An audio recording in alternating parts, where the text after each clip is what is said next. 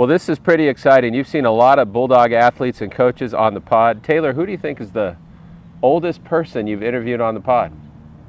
Probably, I don't want to age any of our coaches, so I don't think I should answer that. I don't think you've had a centenarian on the pod, have you? No. Well, he doesn't look it, but Coach Len Bourdet is turning 100 years old. To the best of my knowledge, he's the oldest living former Bulldog basketball player and former Bulldog baseball player. So I think we've got a lot to talk about. We do, definitely. Coach, what kind of memories come back to you just being out here at the ballpark and seeing Pete Biden's name and that Fresno State logo?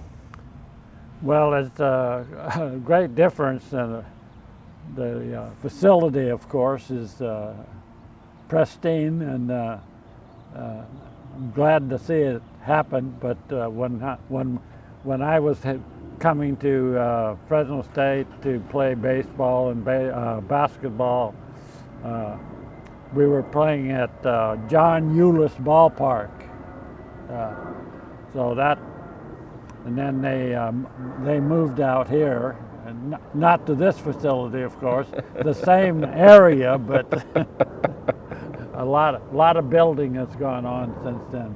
Yeah. You've seen a lot of history, and that outfield wall at the park where you played now has 4 state championships that you won as a coach there at Fresno City College. Yeah. But I wonder if you can take us way back before we were born, some of your earliest memories, because you grew up during the Great Depression. Yeah. I grew up on a farm. My parents didn't own the farm, but we rented the house on the farm, and my brother and sister and I went to a 2-room country school in an area outside of Hollister called Southside. So that was the beginning of our schooling. And then from there, my dad at that time was with the Shell, delivering gas to farmers in that area for Shell. And then he got the same job at Standard Oil. And we moved to town and finished our schooling in Hollister at the grammar school and middle school and high school. Well, I didn't finish high school in Hollister. I finished high school in Napa because of the war. Mm-hmm. And from there, I went into the service for 2 years. Yeah, and I want to ask you about Pearl Harbor Day, but I'm guessing because Taylor and I talk to these student athletes now, and their pastimes are playing video games with each other, or maybe they're watching television, they're looking at TikTok or social media. Right, Taylor? Isn't that the kind of stuff we hear? Right on. But what did you do in your spare time growing up? Growing up, I probably spent a lot of my time with working on. My grandfather on my mother's side had a orchard, and so there was always chores to do there, and we spent time working in those things, and then you know what kids do, swimming, playing, or whatever they do in the country. Yeah. How did you start playing basketball? Well, basketball was not very popular in Hollister at that time. They had no gymnasium, and we practiced out on a dirt court in football shoes. Football shoes. Yeah, so you wouldn't slide around on the on the asphalt or the gravel and stuff. So and then if we had a game, they had a little auditorium downtown Hollister. The roof was only about 25 feet high. So the games were played down there, and the practices were on the dirt at school. So, but that was my start at basketball. And then I really didn't start getting too serious about basketball until I went to Napa And Napa, during the war, were carrying on all their sports, where Hollister was eliminating sports. So I got to Napa, I made the basketball team, and then as I progressed through the military, I made the basketball team at Fort Ord, but that didn't make any difference. I kept getting shoved out to training camps. So I went to Texas for basic training, and basically I came back out to the West Coast, Fort Ord, and then ended up in Fort Lewis, Washington, and then I was shipped overseas. And I'm just curious before that, because it seems like everybody who was alive then remembers December 7th of 1941. Do you remember where you were and how you found out about Pearl Harbor? Yeah. I forget exactly how old I was, but I was on a 9-hole golf course just outside of Trespinas. Oh yeah. You know where Trespinas is? I do, yeah. Just south of Hollister. A little 9-hole course there, and I was caddying for my dad, and cars stopped on the highway that goes right alongside the golf course, telling us that the Japanese had bombed Pearl Harbor. So that's how I found out. Had you ever heard of Pearl Harbor before? Not really. Yeah. No. And Taylor, it's kind of crazy because I'm thinking again about the student athletes you talk to who are 18, 19, 20 years old. At the time, all the Bulldog student athletes quickly joined the war effort. Many of them shipped off to sea, overseas. There wasn't a football team in 1943. All these crazy changes. And here you were 15 years old, and all of a sudden, you already told us about getting into the Army, getting drafted. And I think when you got to the Battle of Okinawa, you had just turned 19 years old. Yeah. That's crazy. Yeah. That time, everybody was getting shipped in there, so they were losing a lot of troops, and kind of luckily I was trained as a infantryman, a rifleman. Mm-hmm. And then when I got assigned on Okinawa, they assigned me to a heavy weapons company. I never ever worked a machine gun or anything like that. So, but I think I was lucky. Well, and that when you say you're lucky, you know how many Americans died in that battle at Okinawa, and I know you had some close calls. Yeah, it was astronomical. Yeah, that was.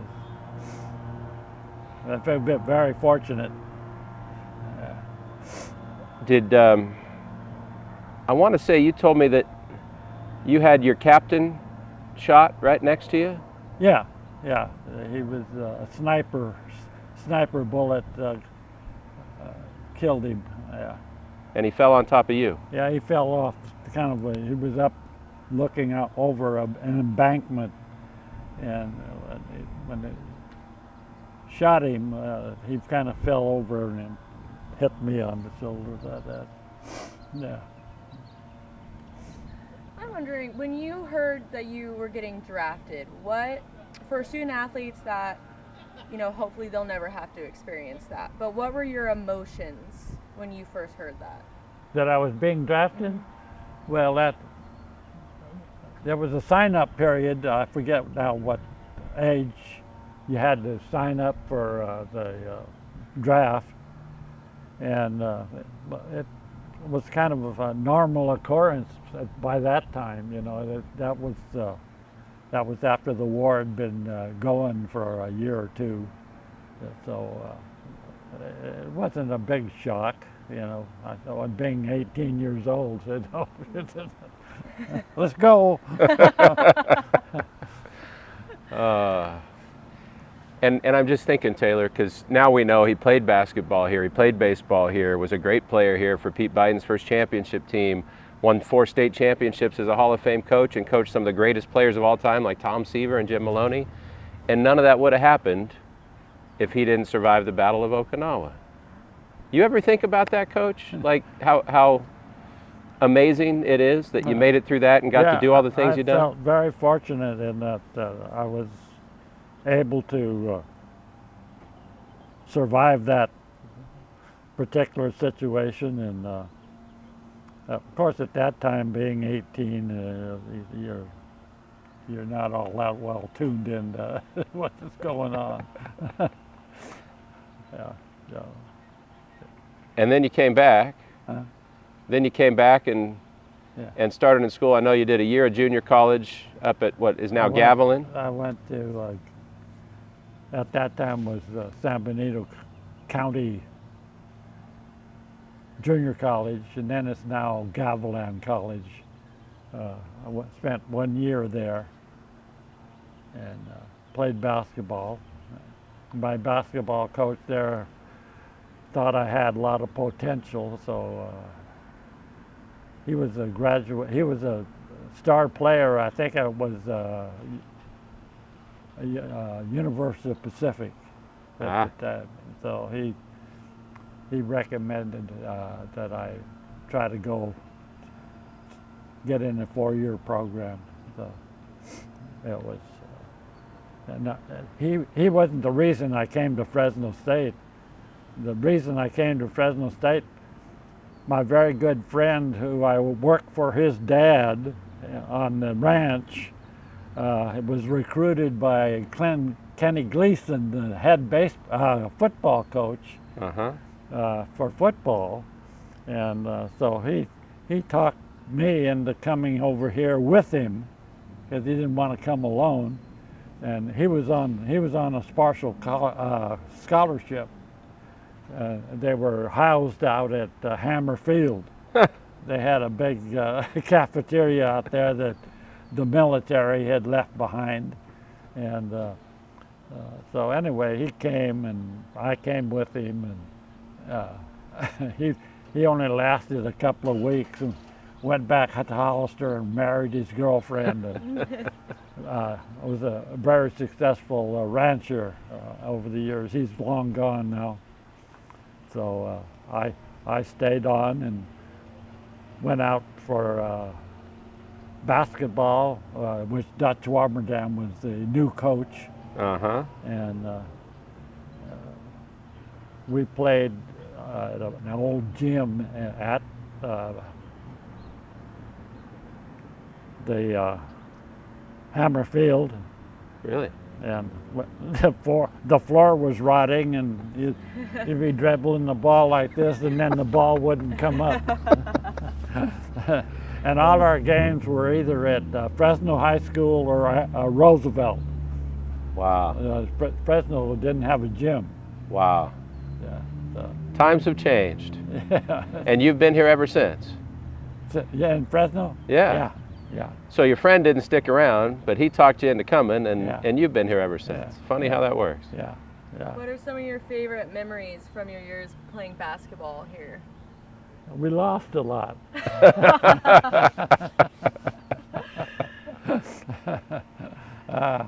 We had fun. We had some real good trips at that time back into the Midwest and played some well-known universities back there, and wasn't too successful. I think we're 0-5 on the trip. Did you have to take a train there? Yeah, we went on the train. Yeah. Uh-huh. Yeah. And what were your uniforms like? About the same. The shorts were way up here. And your coach, a lot of people don't know that Dutch Warmerdam coached basketball at Fresno State. They know he was voted the greatest pole vaulter of the 20th century. He jumped 15 feet on a bamboo pole 100 and something times before anyone else in the world did. But what was he like as a basketball coach? Oh, he was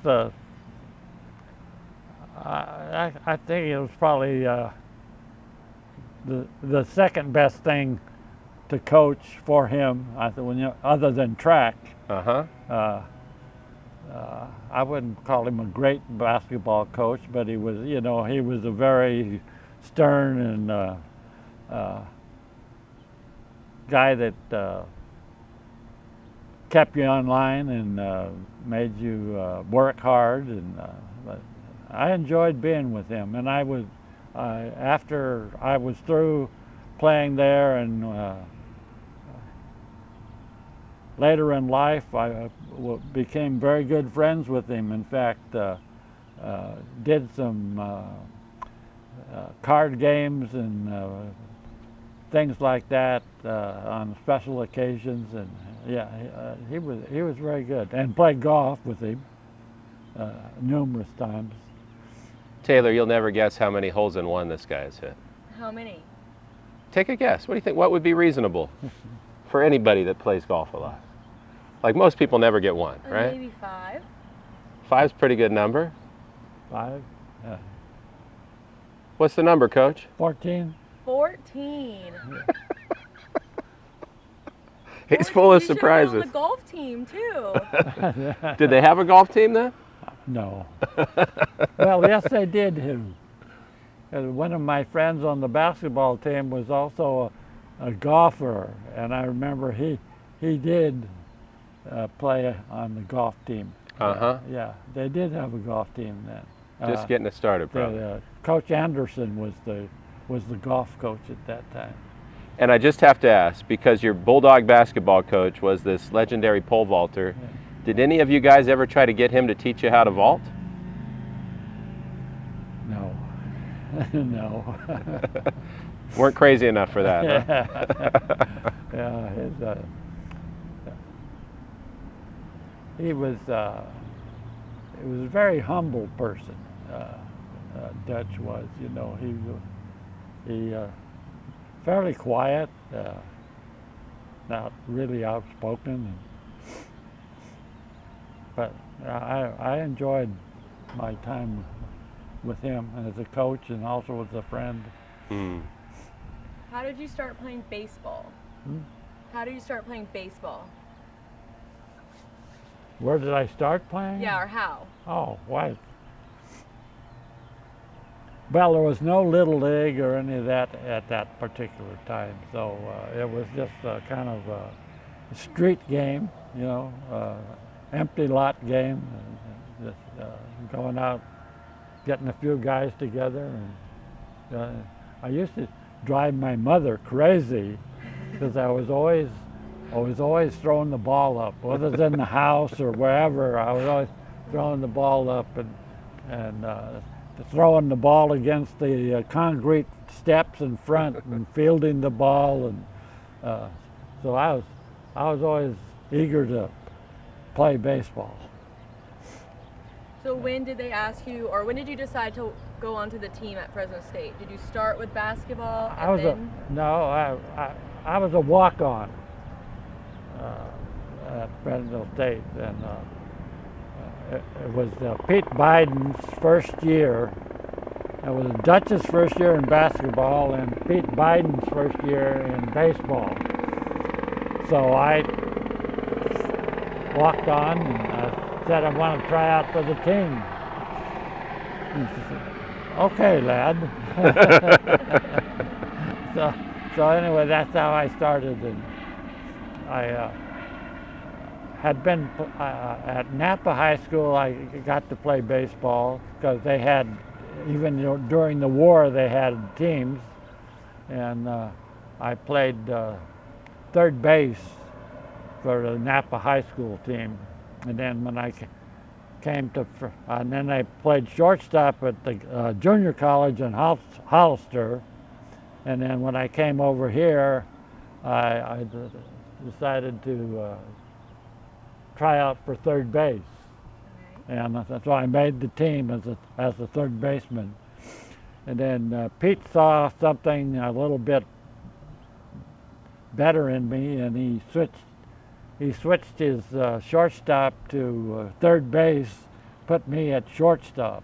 So that was the beginning of my shortstop career at Fresno State for 2 years, and then I played 4 years in professional baseball for playing shortstop. So I was And Pete Biden's name is on the stadium, of course. We'll be honoring him March 14th, Pete Biden Day, when you and a lot of his former players come back. yeah. But for people who never had a chance to meet him, what made him unique as a coach? Well, Pete was a different guy. He was very, very much into baseball, and which everybody knows, and was kind of had a short memory. Yeah, he was, never knew every guy's names, and he would call the guys he couldn't bring up their names. He would say dooflopper. Dooflopper. Yeah, he says a dooflopper. so he was a really great fundamental coach. I mean, when I went into professional baseball, I didn't learn anything I hadn't already learned from Pete. He was outstanding. Great coach. And the program's won a lot of championships, but Pete Biden's first championship team was your senior year. Yeah. You were the shortstop. Yeah. Do you remember what that meant to Pete and to you guys to win that championship? You know, I don't really recall what his reaction was. I'm sure he was very pleased, but I can't really put a finger on what actually he felt. I know he was proud of all those guys, all of us. I mean, so. And I'm curious too, just since we're talking about this era, are there some guys that you played with on those Fresno State teams here on the, well, not here, but on the diamond, that you think maybe haven't gotten enough credit for the kind of athletes they were, the kind of players they were? No, I don't think so. I don't recall witnessing anything like that. No. This is just an aside, but one guy I was curious about was Johnny Morse. Yeah. 'Cause I've heard some stories about what an incredible athlete he was. He even played some hockey at Fresno State, Yeah. and was one of the first African American stars here. Yeah. What do you remember about him? Oh, well, Johnny was as you said, excellent football player, and I wasn't aware he was a hockey player, but yeah, he was an outstanding person, good fielder, good hitter, good teammate. He was never a question on anything other than baseball, whatever he was playing. Great guy. What do you remember about the fan base? The what? The fan base, Fresno State's fan base at that time.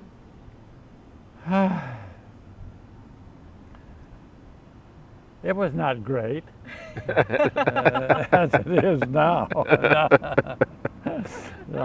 At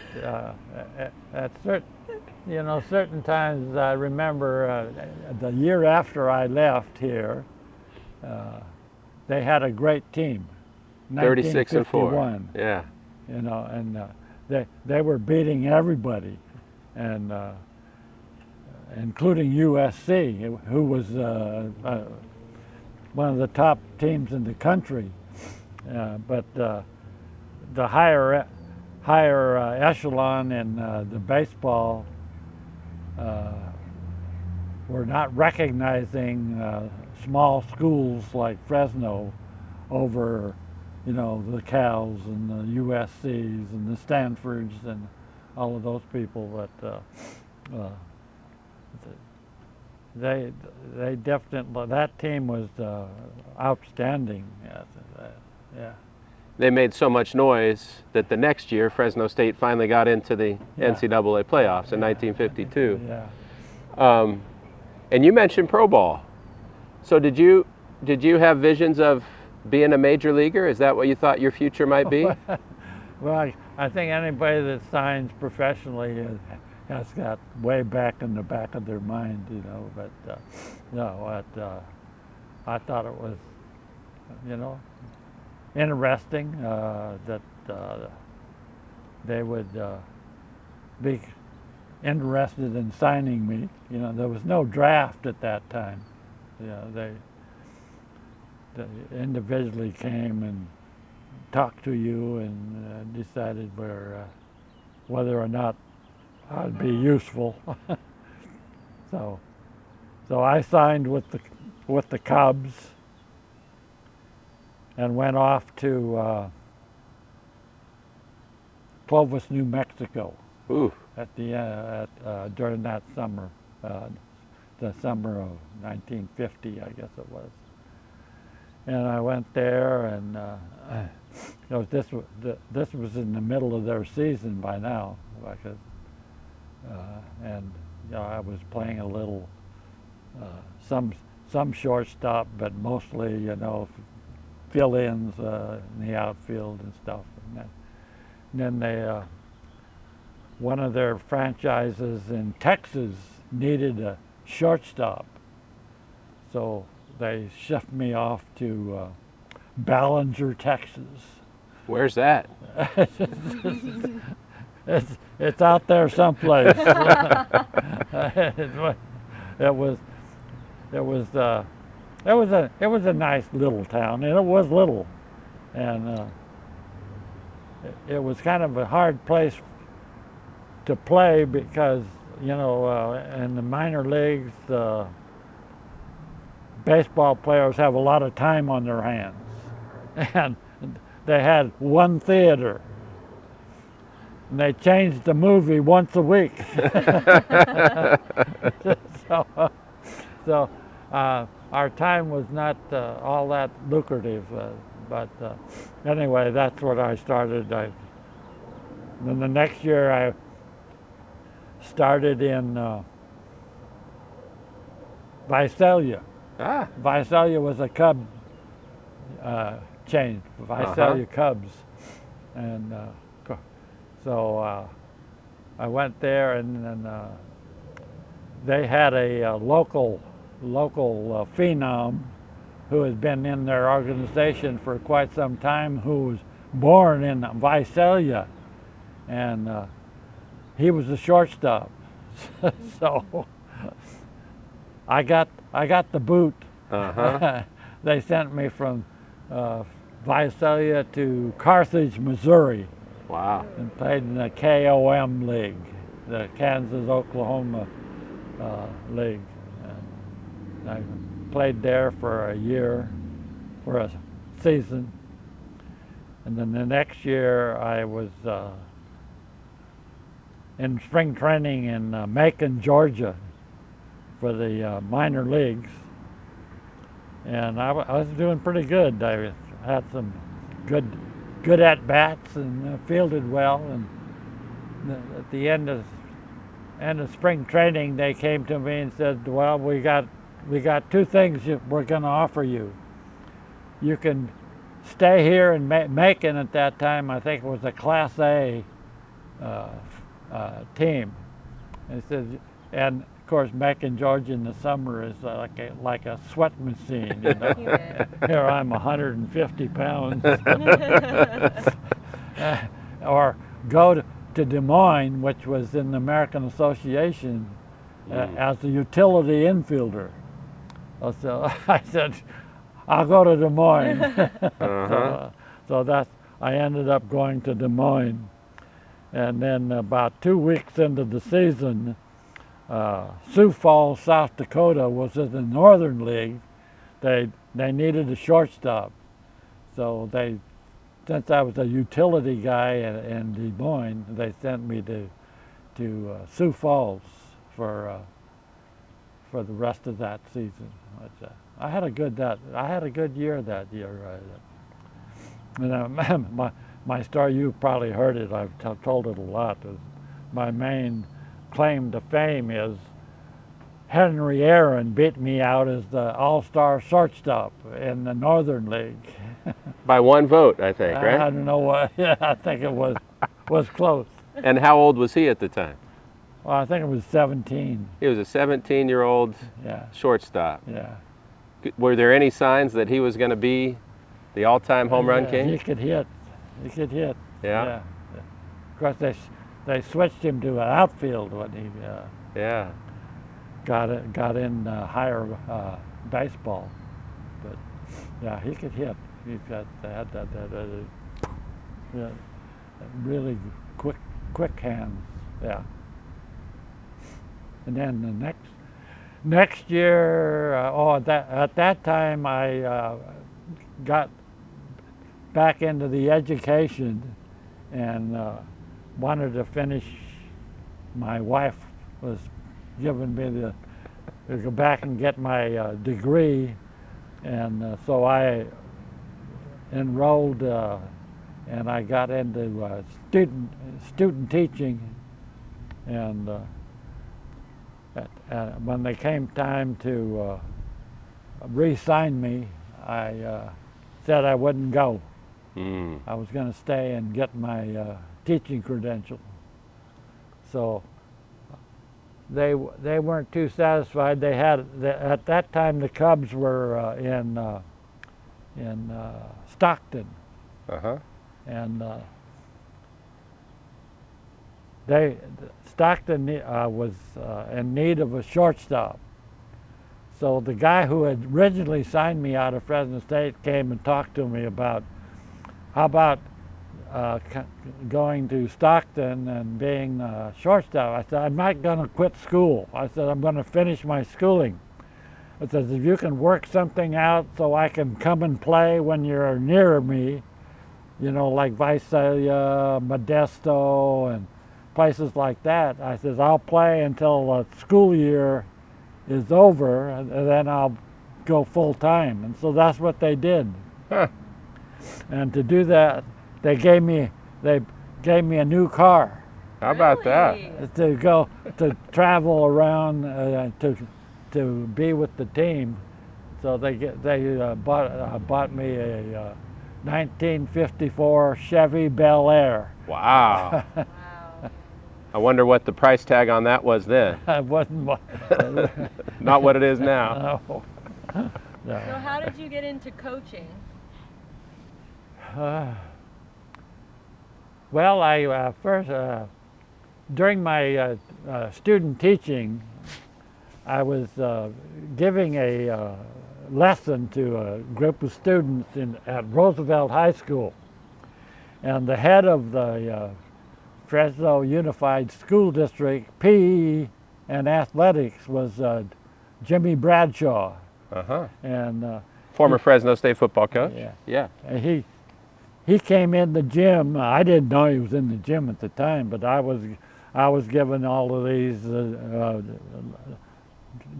coaching directions and putting on a pretty good lesson, and that evidently impressed him, because when the opening at Fresno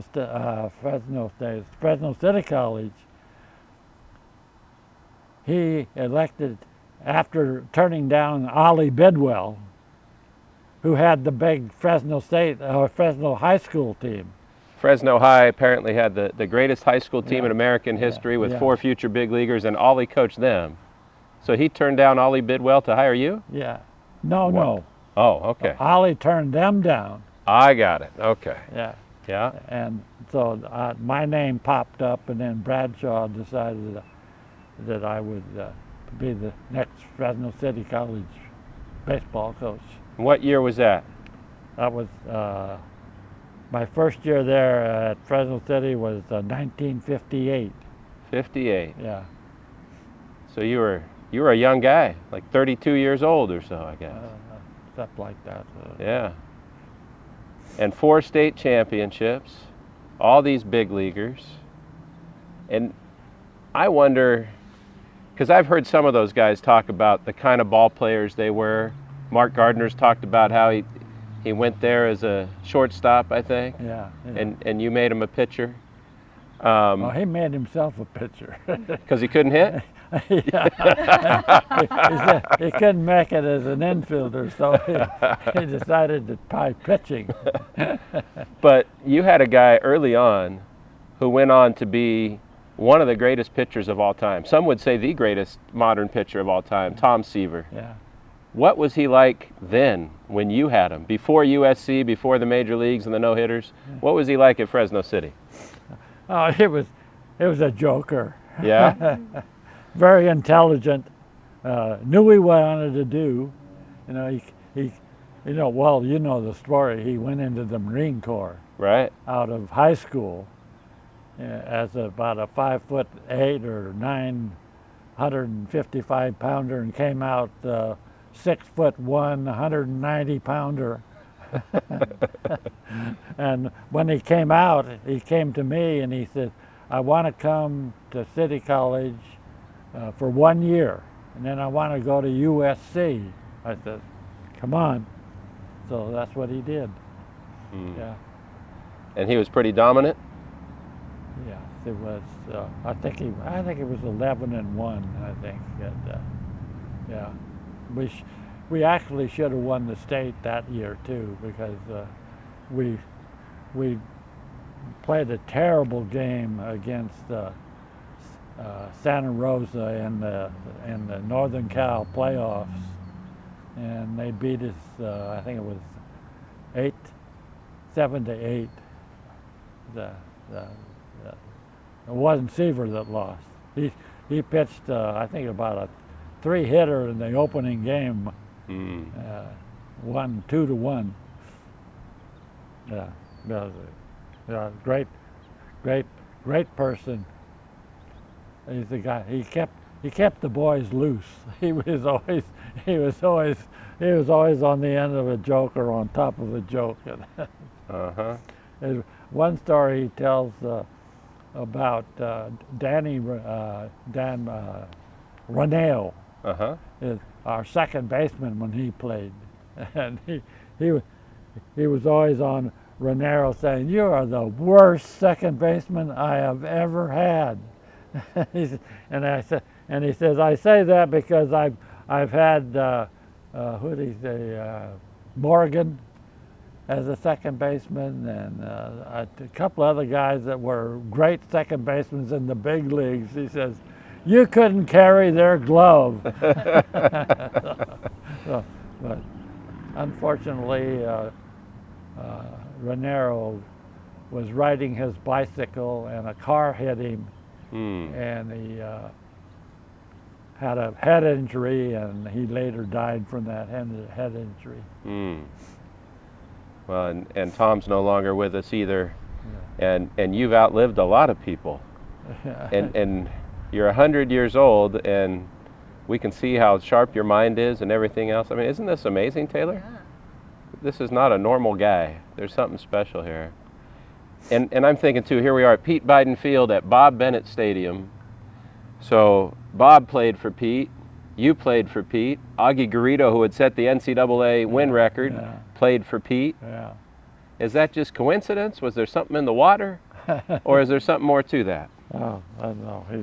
Well, like I said a while ago, he's a great teacher of the game. You know, fundamentally he did the things that made you improve and made you a better player. Yeah. So you came here from Hollister, went to school here, coached here. What about this community wanted you to make a life here? Oh, well, I haven't really done a whole lot of things after I quit coaching. I basically turned myself over to the golf course. I think one thing I did on the golf course that might have lengthened my lifespan is that I walked all the time, never rode. And that walking, 3-4 miles 4 or 5 times a week had to do some good. How long ago did you hang it up? Oh, it hadn't been probably about a year. Uh-huh. Yeah. Were you still shooting your age? Sometimes. Yeah. My age or under, I think I did it something like 900 sometimes. He shot his age 900 and something times. Really? I did it first. I was 73 when I first shot my age. Yeah. So I thought I'll just keep putting down the scores as I go out and play. And I learned something today about you that I didn't know. There's an old drawing of you from the Fresno Bee back in the late 1940s that has you playing basketball and baseball. It said you were a steer roper too? Yeah, not a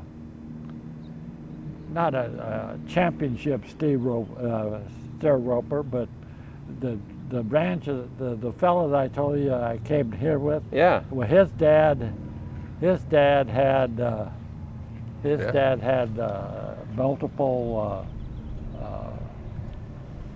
endeavors in ranching, orchards, row crops, cattle, and that's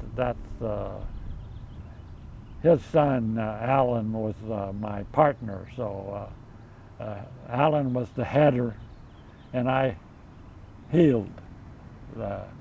And we lost our money a few days. we participated in Hollister has had a rodeo there for 100 years probably. Yeah. And we used to participate, and then San Juan Capistrano had a rodeo for a number of years, and we participated in that. But and then on the ranch, you have calf rodeos and brandings, and you do. Yeah, they do the old style, A lot of places now run the calves in a chute and pin them down and do the doctoring on them. But over there, with the old style ranchers, they still rope them and brand them and mark them. I'm just wondering, after hearing all these stories, what haven't you done or what can't you do? It doesn't seem to be a very long list. Well, I can't play golf anymore. The balance is, can't keep balance. And I know you're going to get to celebrate your 100th birthday with family and a bunch of your former players and all that. When you think back over 100 years, 100 full active years, is there something that you would say you're most proud of or most thankful for? Yeah, probably coming out of my military experience, especially Okinawa, with the kind of casualties, etc., that they were experiencing there. I didn't realize it at the time, but as I look at it, I could be on Okinawa right now. Yeah. A lot of Americans were, and they never came home. Yeah. And speaking of, go ahead. Huh? Yeah, go ahead. I said I just am very grateful for the chance to go on from that experience. And it's been about a decade now, but you went to Washington, D.C. with Central Valley Honor Flight. Yeah. You got to honor all those who died in the war and the other wars. That's something that our community continues to make possible through their donations. Was there something about that experience that had special meaning for you? Yeah. Another person that went on that flight is a good friend of mine, has been for years, Merle Martin. He was a tail gunner on a B-25 bomber in the European theater. I think he flew 25, 30 missions. So he was on that, and we enjoyed going through all the things that we did during during knowing each other at school and after school. Yeah, I think he was a hurdler at Fresno State, wasn't he? He was on the track team? Great hurdler. Yeah? Yeah. World-class hurdler. Wow. Yeah. So many stories. I don't know, Taylor, you think we need to get some advice from him for when I'm 100 or you're 100? I do, but I think first I want to know what it's been like to watch Fresno State go from there. Like, what have you seen, how Fresno State has grown from the time you were here to now? It's a great growth. Yeah. It's from what I witnessed at the beginning of my time here, it is a remarkable growth and advancement in playing in teams. Yeah, they need to get a few more W's. And a few more dollars. That's an arms race now. Yeah. I know you keep up with it and you follow the athletes who have come through here. So how would you pitch to Aaron Judge? How would I pitch him? If you were coaching against Aaron Judge, how would you pitch to him? Or would you? Low and behind. No, I remember sitting up there in those stands. Used to have a regular seat up there on the first base side. He used to come up, everybody would be kind of anticipating him blasting one over the scoreboard here. Of course, you never know. He could have gone into pro ball and stopped being what he does so good now, but he didn't. He just kept going. But Yeah. now he's the captain of the U.S. All-American team. Isn't that something? Yeah. Yeah. Wearing the red, white, and blue here, and now for them, and he's got it right here and right here. Yeah. He's very much tuned in. He's not one of those. Yeah. Well, and speaking of, I'm sure a lot of coaches have asked you for advice over the years, and everyone tries to reinvent the wheel when it comes to coaching. If there's a coach out there listening to this, what's the number one piece of advice you can give them for being a good leader? Well, that's kind of a hard question to answer. I would say that to be up front and be honest and be willing to give all the players that you're concerned with good recognition, and not just be tuned into the stars and the very best. You take a team like Fresno State right now. I don't know. They must have 25, 30 guys, and they're not playing all those guys. So you're going to have some unhappy guys around. But if you can involve them in a manner that is making the team good, that's what I would advise the coach to do, is to keep all the players involved and give them credit where credit's due. I like it. I think any advice on living a well-rounded life, because I feel like you've done a little bit of everything. Well, thank you. I appreciate that. What advice do you have for us if we want to get to 100 like you? Walk. On the golf course. Is there anything else we didn't ask you that you want to say? Not really. My recall is not all of what it should be, I guess. I can remember quite a few things, but Pretty impressive to me.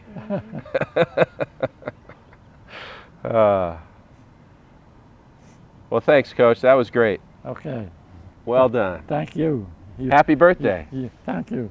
You've become one of my best friends. Nice Appreciate to you. meet you. Good. Fantastic. Can't hear those stories every day.